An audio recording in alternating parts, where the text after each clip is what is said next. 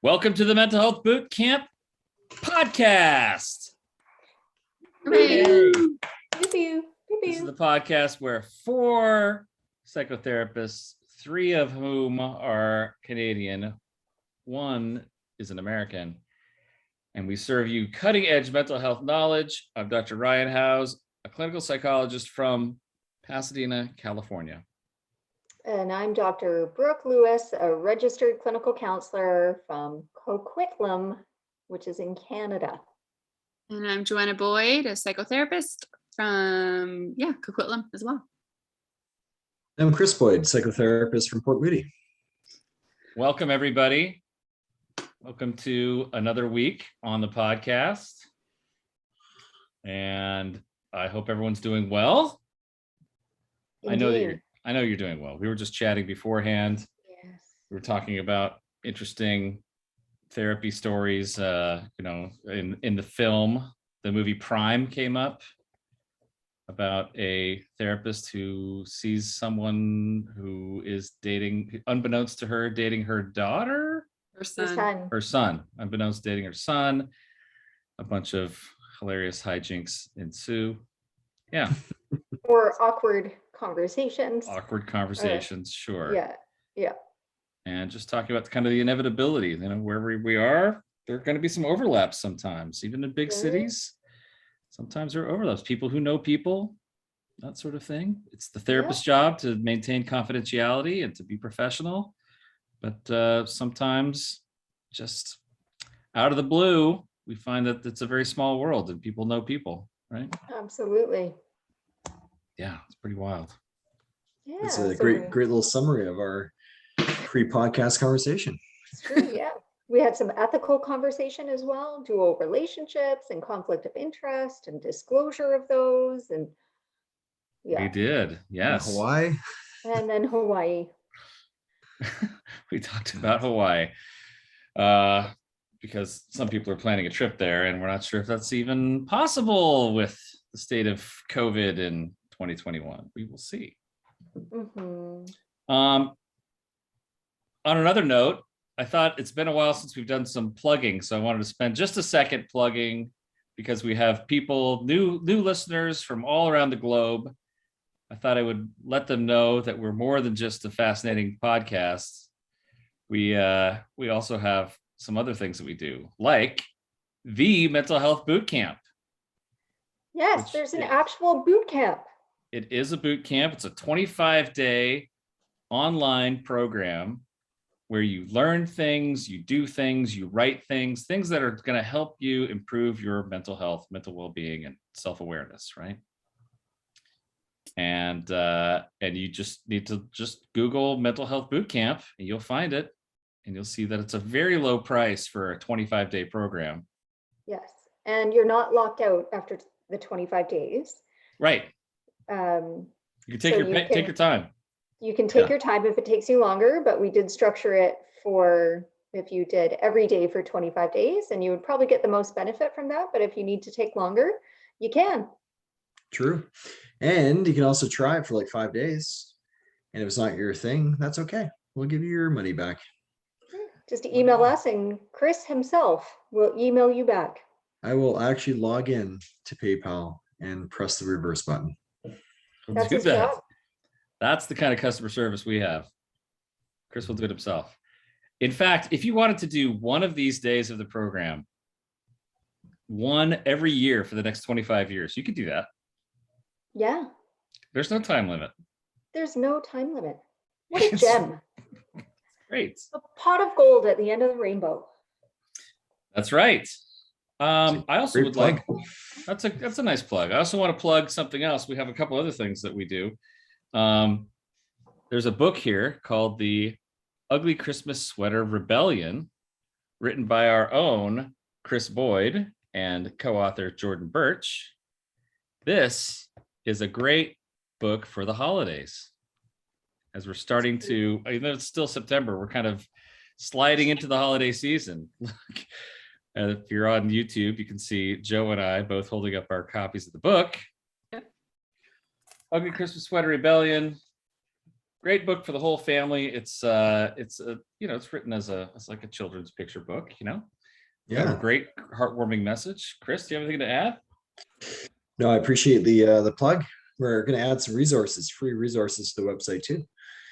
You can download and some reflection questions for the kids and a design your own sweater coloring page. Nice. Oh, that's awesome. I'm just trying to finalize that right now. And this is to the website for your book, which is uglychristmassweaterbook.com, right? True.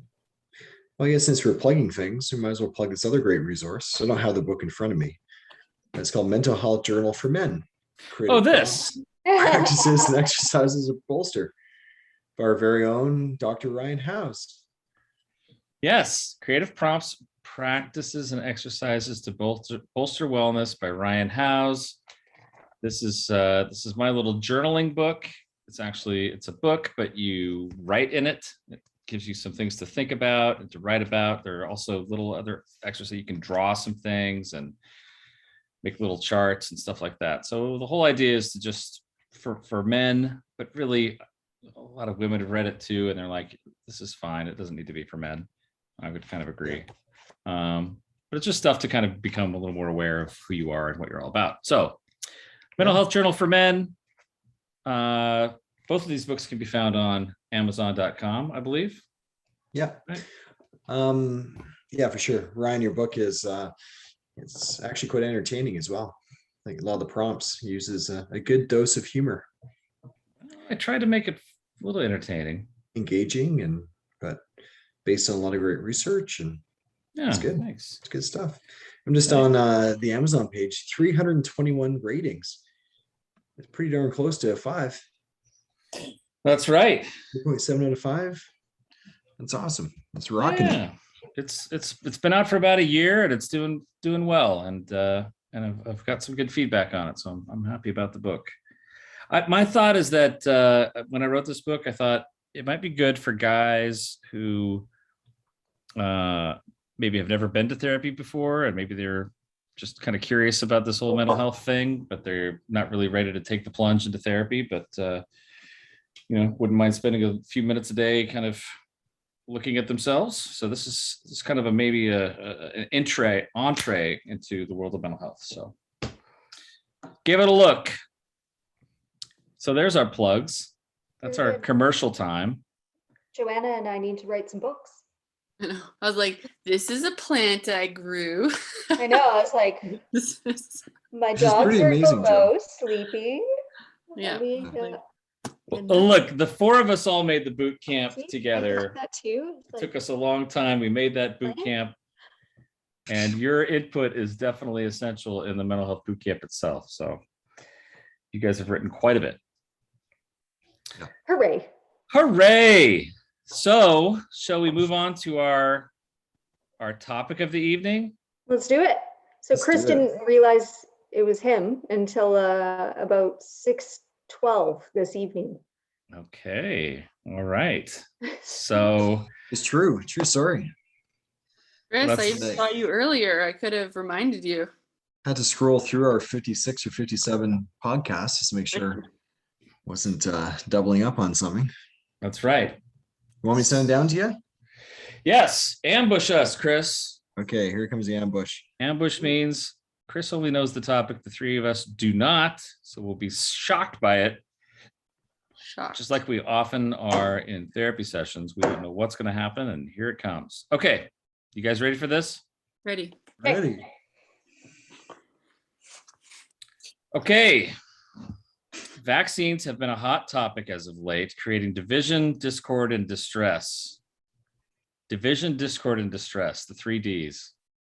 Ds. Creating division, discord, and distress within our relationships and communities. How have you handled vaccine hesitancy with your clients and within your personal lives? Boom. Boom. What are you talking about? I haven't encountered it at all. No, it is a huge topic right now. It comes up constantly. So I think, since this is the Mental Health Bootcamp podcast, we should probably delve into a hot topic issue. Hey, Chris, can we just have toxic masculinity part 2? Is that all right? Go back Sure into thing. that topic. Want me to send down another topic? We can do that too. No, I think Happiness? this is a good topic. Thank you, Brooke. This You're is a good Appreciate that. topic, Chris. It's timely, it's topical. Yeah, and it's yeah. I think it's an important conversation to have. It could just not just be vaccine hesitancy, but how to have conversations with someone who does not share your same opinion on on vaccines, on vaccinations in general, right? Like we're assuming, Whether, yeah, yeah, whether like you're for them or not. exactly. So you might be someone who has chosen not to get a vaccine. So perhaps some of the things we talk about would also help you talk to someone who has had their vaccine and what that course. conversation might look like, right? Absolutely. Well, I mean, if we want to get even more, bold here, then this could go to any number of things, right? Like clients who have a different political view, or people who have some sort of beliefs about, gosh, I don't know, science or evolution or whatever that might be, that is that's different. How do you talk with people and kind of keep the peace without being false and or betraying your own beliefs, right? Yeah. Just in general, how to have those hard discussions. For sure. I've realized, I'm sure you have as well, that there's so much fear out there, whether you're really for vaccines or against vaccines. Often what's driving that is fear of the consequences of getting it or not getting it, right? Mhm. So what is that? What do you think about that, Chris? Like, if there's what does fear contribute to a conversation or a an interaction between people? How does that? I think it can intensify the conversation pretty quickly. I think people can get kind of polarized or black and white in terms of their thinking. Yeah, can create a lot of strain between family members and friends and colleagues. It's for some, I'm not saying for all, but I've noticed it for those who are really, really for it. Maybe out of fear of a family member getting sick or the pandemic continuing on, or those who are against it for lots of different reasons as well. It can be very intensified very quickly. That is true. So I like that, Chris. Right. When fear is involved, then we get into the tensions run high. People, fear is a self-focused thing. A lot of times we're not thinking about everyone around us necessarily. We're thinking about, oh my gosh, it's the survival brain kind of comes in, right? Mm-hmm. Self-preservation and yeah. We're thinking I'm under threat and I need to protect myself. And people on both sides of that debate are, if they're in a place of fear, they're thinking about protecting themselves. One is I'm thinking protect myself from the virus. One is protect myself from the virus. Others, I'm protecting myself from the vaccine and whatever they believe might be harmful within the vaccine, right? For sure. Yeah, it creates a us versus them mentality. It's hard too with the language around it, just with the vaccine and thoughts about that. The whole term, or this has been popping up, the term has been popping up and some different thoughts around it, but calling the fourth wave the pandemic of the unvaccinated. And while that's I don't know, Ryan, if they're using that term. And I haven't heard that term down here.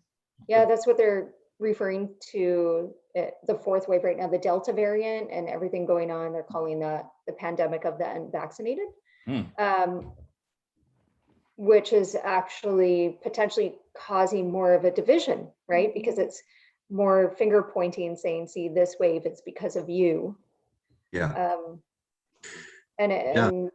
kind of increasing aggression and fear for safety. So the vaccinated folks are then like, why aren't you getting the vaccine to protect the rest of us and to protect me and my family? And you need to do this. It's straining causing more the rigidity. straining the healthcare system and so on and so forth. Yeah. The clients I do have who have not gotten vaccinations, I would say they're more vaccine hesitant versus anti-vaxxers. I think Yes, there's a bit of a difference there. I agree. But they feel like pariahs. Yeah, they feel that they're definitely being judged constantly for their views, right? Mhm, Um, mhm. they're We definitely should not talk picking. about, Yeah. I was going to say, maybe we should talk about that difference though. Vaccine hesitant versus anti-vax. Um, and just a little bit. So maybe people have more terminology or they have another option of language to use. I don't know if those are common terms everywhere. So for you, Chris, what would be vaccine hesitant versus anti-vax? I think vaccine hesitance has to do with more of this COVID-19 vaccination. So maybe not against all the vaccinations, for instance, the polio vaccination or maybe various other ones that we've had as children, but it's more of how this one's been rolled out and maybe some fears about some beliefs in terms of the process, right? Mhm. And maybe they're not completely closed off from getting a vaccine. They're And still you're- their yeah. minds are still open a bit. They may still get it, kind of swaying, but maybe leaning in the direction of not getting it. Right. They just wanna Waiting to wait to Mhm. see, till they just want to wait and kind of see how things roll out. So there's not a hard no, but there's definitely hesitation. Yeah. Yeah. So then anti-vax, I don't know how that. My take on it is it's definitely a little more black and white with them against all vaccinations. Have some really strong beliefs in terms of the harm of them. Sometimes you even see some conspiracy theories popping up here and there, but a little more of an intensive perspective or extreme perspective when it comes to vaccinations. Would you agree with that? Yeah, I would. Yeah. I think Anti-vax being more generalized Mm-hmm. Versus vaccine hesitant. Often, I agree, the clients or people I run into are more, it's more specific to this vaccine and how it's, being rolled out. I'll just add a little US nuance to that a little bit to say that the anti-vax, I think, I'm sure that's been around for a long, long time, but I know that the more relatively recent wave has been about people who sort of equated some vaccinations in children to autism and felt like there was, there's something in these vaccinations for young children way pre-pandemic that the big pharma companies that are developing this and all the chemicals that are used and all of the stuff is not to be trusted and could cause damage, and they're not really sure what that damage might be. So a lot of people were saying, look, let's go the very natural route and let's not do any vaccinations at all, and see my kids are fine, all that kind of stuff. But even pre-pandemic, that also resulted in measles outbreaks and things that were problematic for people and school systems and that sort of thing when you'd start mixing people who were totally anti-vax with people who had been vaccinated. And then the vaccine hesitancy here certainly has to do with people who are not clear about or not sure what's in this vaccine, what's it going to do to me. But then, at least here in the States, there's this added layer of kind of suspicion of the government and what are they trying to do and why are they pushing this? How did this get approved so quickly when other vaccinations take years and other things that make people just question, does this vaccine, the people who developed the vaccine, does the government have my best interest in mind, or are they trying to do something oppressive to us? Mm-hmm. And So I would there's- agree Those that, themes come up here too. yes, Yeah, so we all get a bit of that. And going back to your initial thesis, Chris, that fear has a lot to do with fear has a big role here, doesn't it? Yeah, and also just the access of a lot of information out there these days. And I think based on how the algorithms work, the more you read, the more they feed you that information. So there's a lot of info. It's just tough to decipher. And so I think just the reality is we're facing challenges today that maybe we didn't face 20 years ago or so when it comes to social media and just the internet, right? Absolutely. Yeah. Absolutely. So that's, I guess, defining our terms a little bit here. But to get to your question, Chris, division, discord, and distress within our relationships and communities. I really love the alliteration there. It's perfect. How have you handled vaccine hesitancy with your clients and in your personal lives? So, Oh, I just cut them out. I'm totally joking. I don't do that. No. Yeah. Sure. We're in a unique position as therapists because we're trained not to share our perspectives, personal perspectives on lots of different topics, right? So like politics, for instance, whatever it might be. This is a unique one though, because it's a bit of a health related concern, right? But, just initially I, working with clients who are vaccine hesitant, again, the commonality is there's a lot of fear there and just hear them out. Usually they want, as I mentioned earlier, they feel like pariahs. They feel that they're being judged and they feel justified in terms of their perspective and they want a space or place to talk about that, right? So yeah, I think the first thing I do is just kind of listen. And I don't have to say I agree with what they're saying per se, right? But I definitely agree that this is a source of stress for them. And this must be very difficult and challenging for them, right? So this brings up a really interesting point about therapy here, Chris, right? Which is that oftentimes people think of therapy as more like a Dear Abby. Did you guys have Dear Abby up there? Mm-hmm. Where someone comes to therapy with a question and they would like an answer, right? So, and then the therapist, like the assumption there is that the therapist gives an answer, should I get vaccinated or not? And then the therapist might say, yes, you should get vaccinated and here's why, or no, and here's why.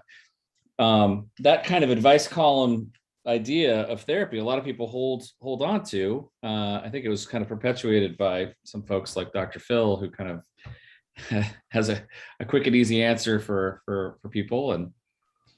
But in reality, what people find and what we've been trained as therapists is it's not our job to give the people a fish. It's to teach people how to fish. It's not our job to just tell people how to live their lives, because all that does is foster a dependency on us, and then they need us in order to make their decisions and tell them how to live their lives from now on.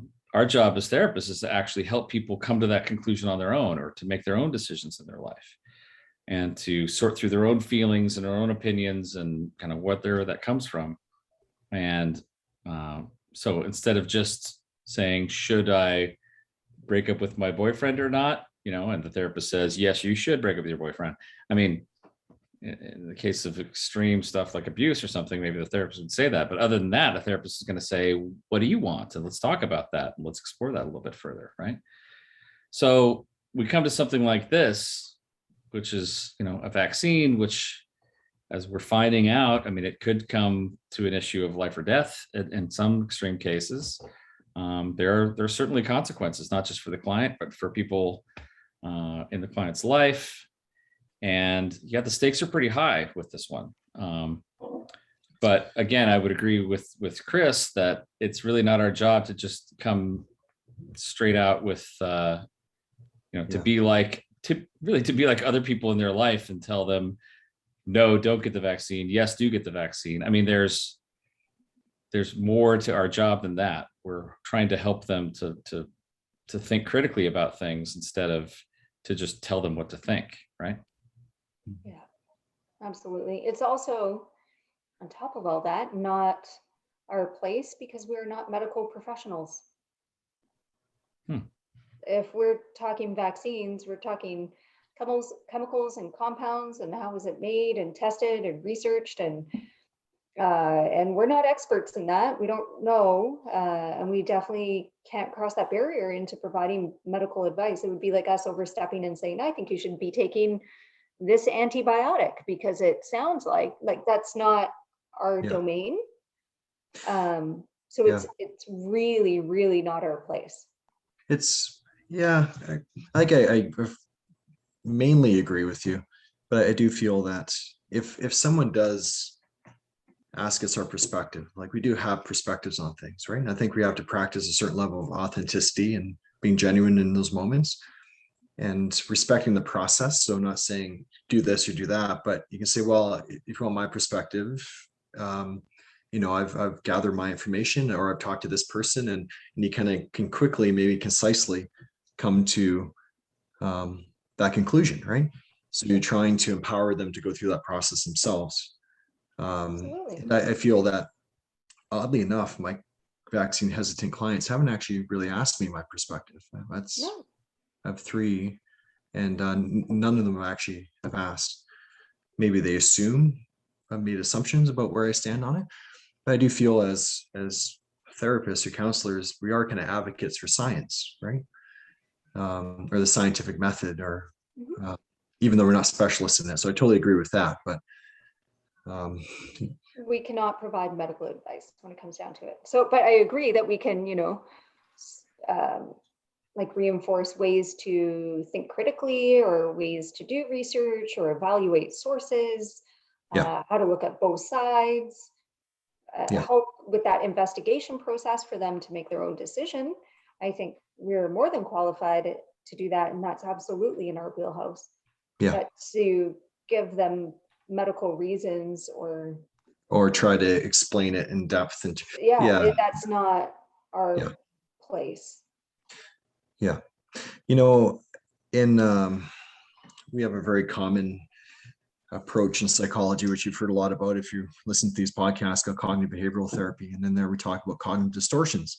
And Joanna, and one of her topics was actually, she asked us to talk about the common cognitive distortions. One main one is actually emotional reasoning. So with that one, based on how you feel, that impacts your interpretation of your reality. And I find that there's a lot of emotional reasoning happening out there with our clients. So even in the face of some pretty, strong empirical evidence or perspectives from people who actually do know their stuff, the biologists or the doctors out there, they still are hesitant because they're experiencing the fear, right? Yes. So they're like, I don't feel it's safe, or I'm hearing that a lot. And so their feelings are taking precedence over the facts, I guess, or the data or the evidence, right? Episode 46, distorted thinking. That was Joe's topic, all about these cognitive distortions, right? Yeah. Good. Yeah. So again, the fear, I think, is guiding people's interpretation, and so there might be a little window there to explore that a bit, in more of a general sense too, is trying to help people build awareness of that, and how feelings can impact their perspectives or perceptions, right? Yeah, I think in a counseling room, as well as in personal lives, we want to approach other people with curiosity and an open mind, and to understand where they're coming from, and without judgment in the counseling room itself, and hopefully in your personal life. But I think in the counseling room, it helps more if the client should ask or inquire. I'm open to let them know that I'm fully vaxxed, but it's, I think, a positive thing for somebody who might not be vaccinated, because you can have a discussion between the two about a vaccination if you need to, without it turning into finger pointing, blaming, guilting, shaming. It can be a positive conversation, one of curiosity and support on both sides, without anybody getting mad at anybody. And that in itself can be re-corrective, right? It's true. How do you do that, Brooke? You, as Canadians, have a special knack for having a nice disagreement where no one gets angry with each other. So tell me, let us Americans know, how can you have that conversation without it ending in fisticuffs? Well, I believe, yeah, it's definitely a lot of curiosity and clarifying and paraphrasing and really trying to understand where the other person is coming from Mhm. on both sides. Yeah. With so it's not saying that your relationship is dependent on that choice. That choice is yours and you're just curious about it. So this is a very poor comparison, but if we were to all go out to eat and I'm allergic to tomatoes and Ryan has tomato soup and I ask him, how is your tomato soup? What are the flavors like? Do you enjoy it? We're going to have different experiences, but nobody's wrong. There's no negative feelings. There's no judgment or anything like that, right? Like it's, Yeah. Yeah, I think it's ideal to go into a conversation like that without the goal of convincing the other person or proving Absolutely. yourself. Because if you go in with the expectation you're just going to hear each other and kind of by you learning about the other side, it's just like with any conversation, the goal is to learn and to understand and you could be like, can agree to disagree, or okay, you're this way, like you feel this way and I feel this way. Now we learn more about each other versus that, no, you gotta agree with me, or understanding doesn't equate agreeing, I guess. I think that's a great point. Yeah. Your goal is not to convince. I think that's great. Here's a problem though with this, and I totally get it. I agree with you 100%. Here's what happens though, at least here in the States, is what you've described as sort of an innocuous kind of a discussion becomes very, very charged, very highly charged, right? Like the tomato soup analogy, which I think is great. Here we're going to say, yeah, you'll say, hey, oh, you ordered tomato soup, and I'll say, yeah, I did, and you'll say, well, why did you order tomato? Well, because I really like. Here's what the flavors are, and then in the United States, we're going to take that and go, oh yeah, well, your tomato soup could kill me, right?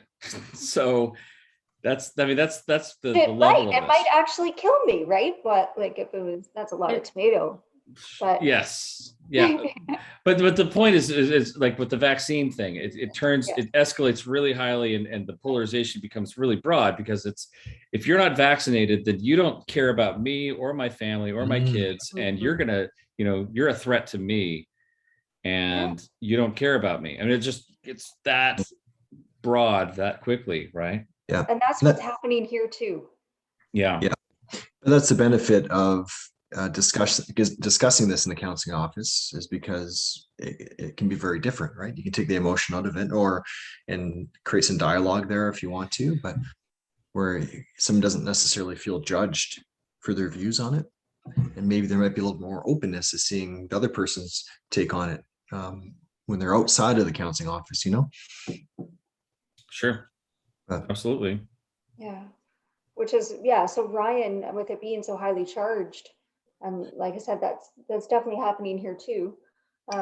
Especially when vaccine passports, the news of that coming out, when that was dropped, there was a lot of emotion on both sides of the table of whether or not that's right or wrong in vaccines and people having the right to choose or not. And there was a lot of emotion going on. So, but I think that's why Chris is even bringing this up as a topic, right? Is just because that highly charged conversation is happening so often. Like, how can we reground ourselves? How can we open our minds and our hearts to each other? And it's hard when it's so fear-based, when there's when you feel there's a deep threat towards you or your loved ones, then you're on the attack and it's hard to disengage that. Absolutely. Yeah. So therapeutically speaking, again, do you ever try within your sessions to ask those open-ended questions to help them understand or maybe see things a little differently, or do you just are you there to validate and to listen? Like a big part of my, I'm sure we all have some degree of this, but a big part of what I'm hoping for with people is to gain awareness of not just what they believe, but why they believe it, not just what they do, but why they do it, not just what they think, but why they think it, like, and their feelings as well. Like, let's take a look at that. Okay, so you have a real strong maybe even pro-vaccination. I'm so very strong. I really need everyone in the world to get vaccinated. Okay, well, let's talk about why that is. Where's that coming from? What's that about?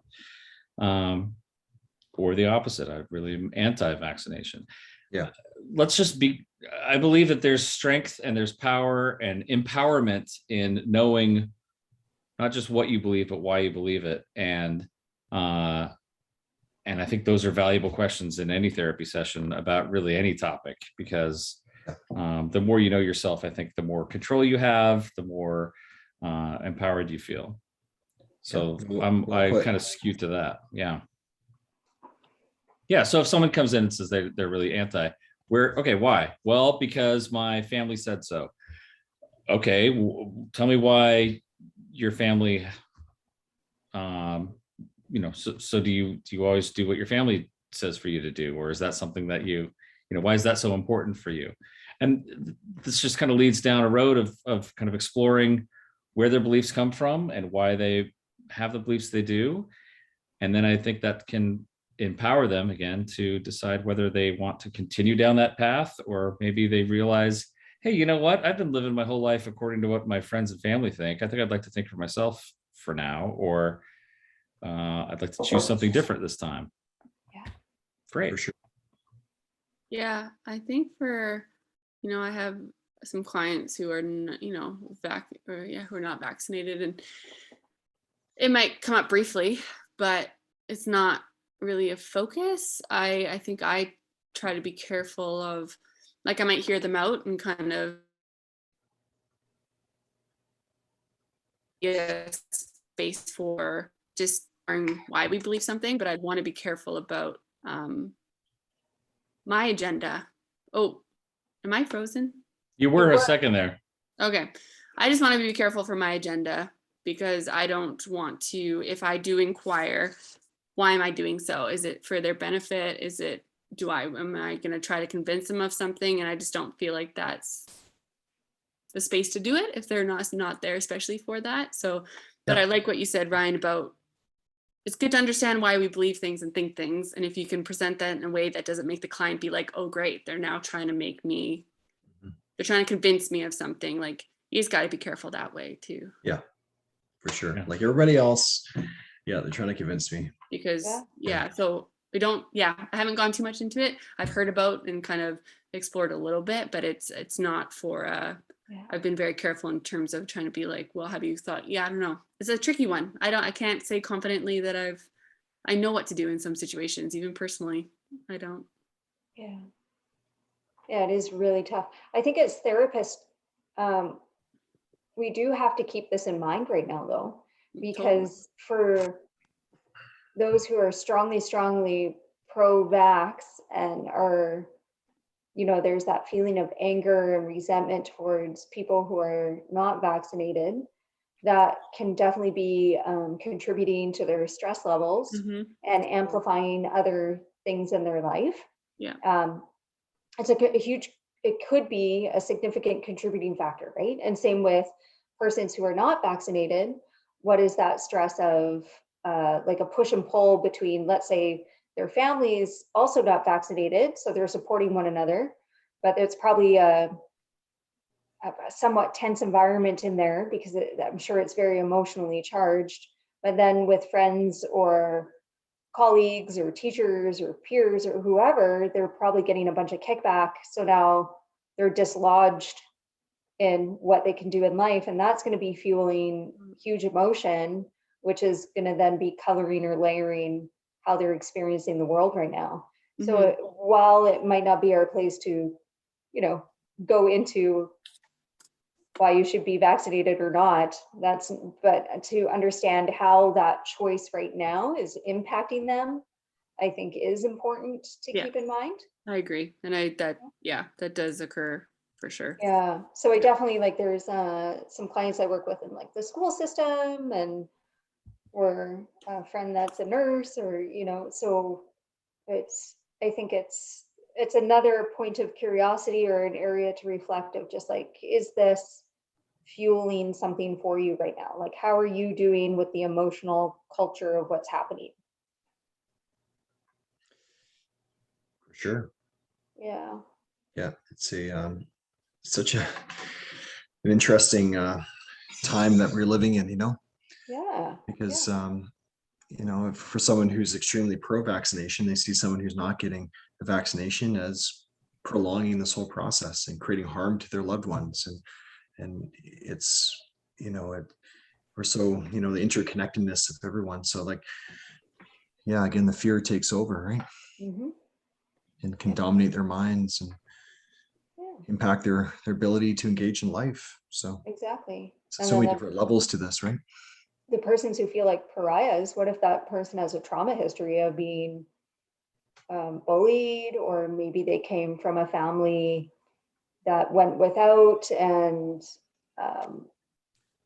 and they were pushed aside or excluded or isolated for different reasons, and now they feel like a pariah again, and like just feeding is how they feel about their decision, or the messages they're getting about their decision from the world, is that then fueling other negative self-beliefs that they're carrying with them, and how is that then going to color or texture their life?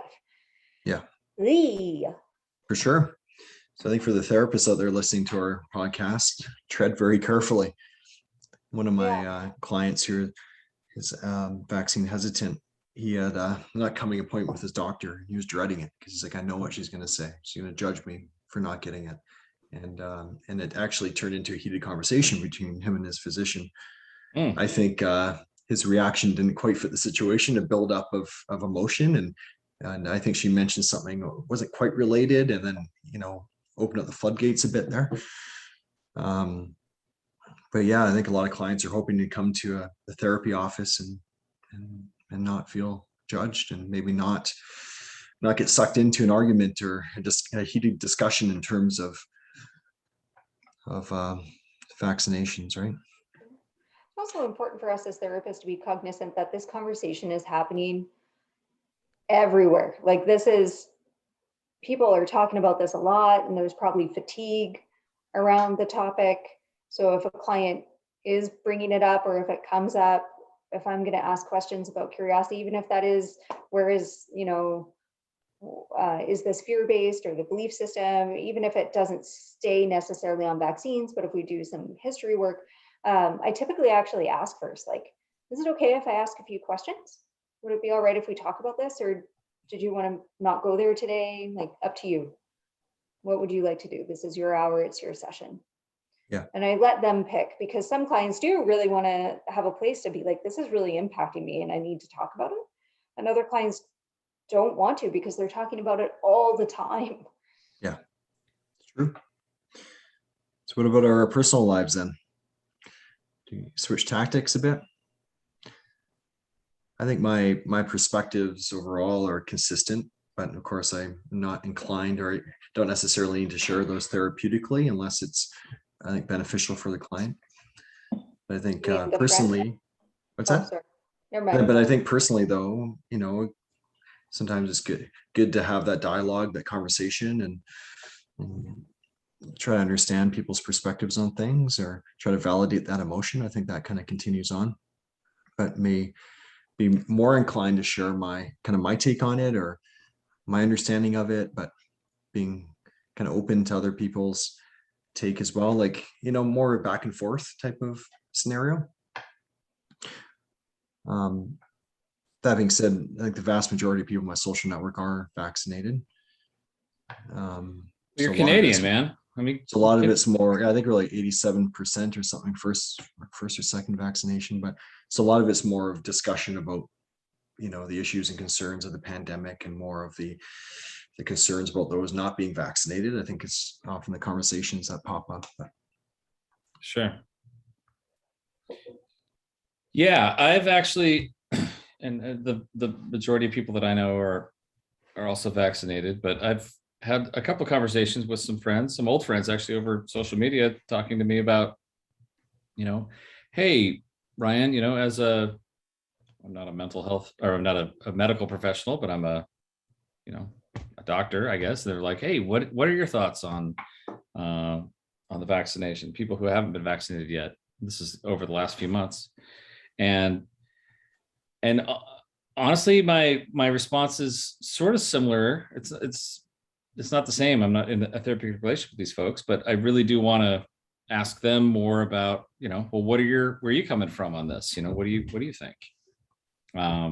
If they push me on it, then I'll tell them, of course, yeah. I mean, I've been vaccinated for a long time now, and if and when a booster comes out, I'll be in line for that too. And that's me. That's my belief in it's my choosing to believe in where the science is on that. But I'm not going to demand that everyone else believes exactly the same way that I do. I might not have you to my Super Bowl party if you're not vaccinated. I don't know, but I want to know where they're coming from and where those beliefs are coming from, and respect those, because everyone has a story. There's always a story behind it. There's some reason why, if someone has chosen not to be vaccinated, there's a reason for that, and I just want to be curious and open and listen to that and see where that's coming from. And if there's something I can contribute to that, great. I guess all I'm saying is the last thing I'm going to do is get into an argument. I think that's, if there's a nugget that I want to give to people about this entire talk here today, whether it's in therapy or with our friends, is once you get into an argument, just forget it. I mean, all you're doing is helping that person galvanize their belief. You're not really going to help. No one changes their mind because of an argument, or very rarely does that ever happen. If you find your tempers are flaring and you're raising your voice and you're trying to force someone to believe what you believe, you're very rarely going to get there as a result of that. Yeah. Maybe you will, through your empathy and through your curiosity and through showing that you care about them, maybe that will help convey your point. But an argument is really not going to get there. True. Yeah.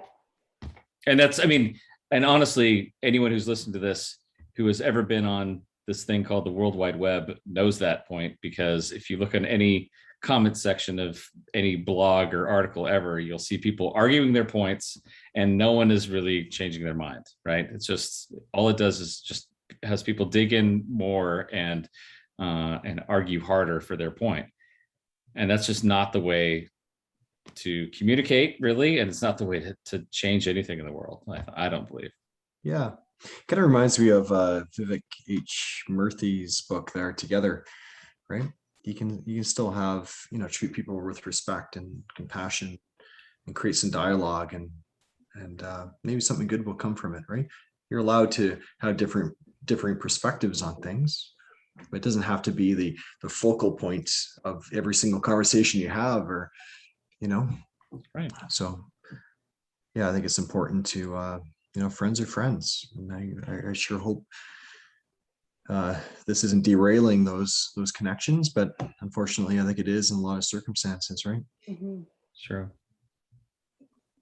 Yeah, I think in my personal life, I think there's someone I know who, has made a choice not to get a vaccine, or it's just listening or understanding. I think I'm not there to convince anyone. I think I'm curious, and we kind of talk about it, talk about the uncomfortableness, or if there's how to navigate friendship, or but we, agreeing that there's no judgment towards each other, or it's just trying to understand and empathize. That's all, because at the end of the day, it's like, I care for, the people in my life, and I want to make sure that they still feel cared for, even if, they're a choice they're making for themselves. So it's and it's sometimes hard if I have my own other thoughts, but at the end of the day, I know that I just have to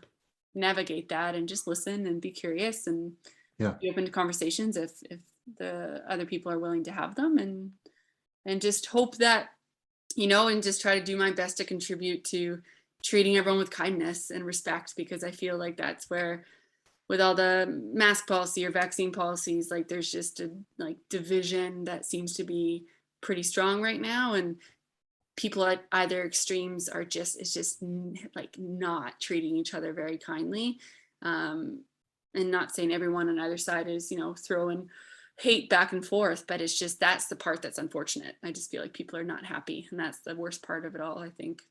Yeah. So hopefully we can navigate this as best we can and difference as best we can, but I don't know.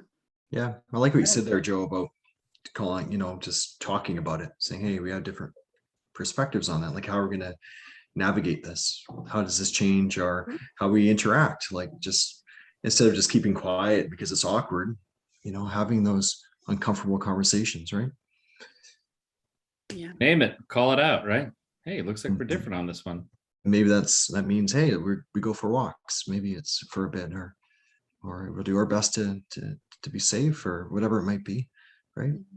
And hopefully both parties have that willingness, right? Because that's a separate piece to the vaccines. But then there's, okay, so I'm vaccinated, my friend's not. Can we put aside our differences, but still compromise so we can see each other safely? Mm-hmm. Right. Because then I think some of the anger and the resentment gets trickled down to, no, I'm not going to see you at all. Maybe from the vaccinated person, or the unvaccinated person says, well, no, I'm not going to wear a mask, and I'm not going to keep 6 feet, or. True. And so it's saying, what can we do to meet halfway? Yeah, it's a give and take there, right? Yeah. Because the relationship, the friendship means more than this, right? Yeah. Like, let's probably not a best idea to play patty cake in a phone booth. Where are you going to find a phone booth? I don't know. I was just trying to think, what is the closest quarters that you could be with somebody enclosed Dressing room. and doing something friendly? Like patty cake in a phone booth. It works. Yeah. Don't you play patty cake in a dressing room? Is that not done in Canada? We do that all the time here I in the guess States. you could Do you have dressing rooms in Canada? I don't know. change room, when you In go a shopping store? in a Yes. store. Yeah. I'm But kidding. except for your friend would be able to go because they have to show a vaccine passport that they wouldn't have, right? Oh, look at Versus that. a telephone booth would be outside. Anyways, That makes so much sense. So down at Bellingham, at Target, and trying some clothes, all I hear is patty cake next That's door. it. What is going on over there? I got it, Brooke. A porta potty. How about that? there you go. Playing patty cake in Smells a like porta roses. Oh man. Oh, it's beautiful. That is great. Patty cake in a porta potty, everybody. Well, Probably more porta potties than phone booths, but anywho, yeah. So trying to both sides be open to say, let's find another activity that we can do safely together, and hopefully that care for each other comes through, saying, yeah, let's go for a walk. Do you mind if we stay 6 feet apart? We're outside. Or if that's inside, or if you're comfortable, I would prefer that we wear masks, and for the other person to say, okay, that's fine with me, as long as we get to see each other in person. Yeah. sure. Safer outside to get some takeout, go have a picnic somewhere, or Yeah. so many different options, right? So many options to make it work. But also, just not that I'm plugging devices here, but just that, continuing that dialogue, right? Yeah. Sure. Yeah. All right. Sure. Go find an outhouse. Here we go. Yes. I'll meet you guys at the outhouse at the border. We'll hang out, play some patty cake, have some takeout. That's really disgusting. Good topic, Chris. This is challenging. This is such a divisive topic these days, but I applaud your boldness for bringing it into the Mental Health Bootcamp podcast. Very nicely done. Well done. Well done. Okay, so let's wrap it up for tonight. We made our plugs before, so come to our boot camp, buy some books, and like and Speaking of subscribe. books, Buy some books. Oh, speaking What of is- books, yeah, Brooke. what is our book? We're going to do a book club in 1, 2, 3 weeks. This 3 is your weeks. brain on Food. food. Yep, this is your brain on food. We're reading that in 3 weeks. So grab that book, and then we'll have our book club, right? Exactly. Okay. So like and subscribe on Apple, Google, Podbean, Audible, Spotify, Stitcher, or YouTube. Please send your questions, all of your questions, to info@mentalhealthbootcamp.com. Visit us on Facebook or Instagram. Tell a friend or two, vaccinated or not, please. And thank you guys for listening tonight. We appreciate it.